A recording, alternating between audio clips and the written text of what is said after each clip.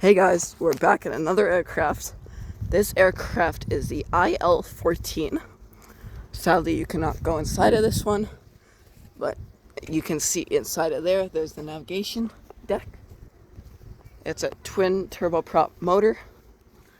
This was a guided bomb test rocket thing. And as you come around, you have the staircase that is sadly locked up. You have the engine, exhaust, not the engine. You have the other engine number 1. Obviously, there's the Czech flag.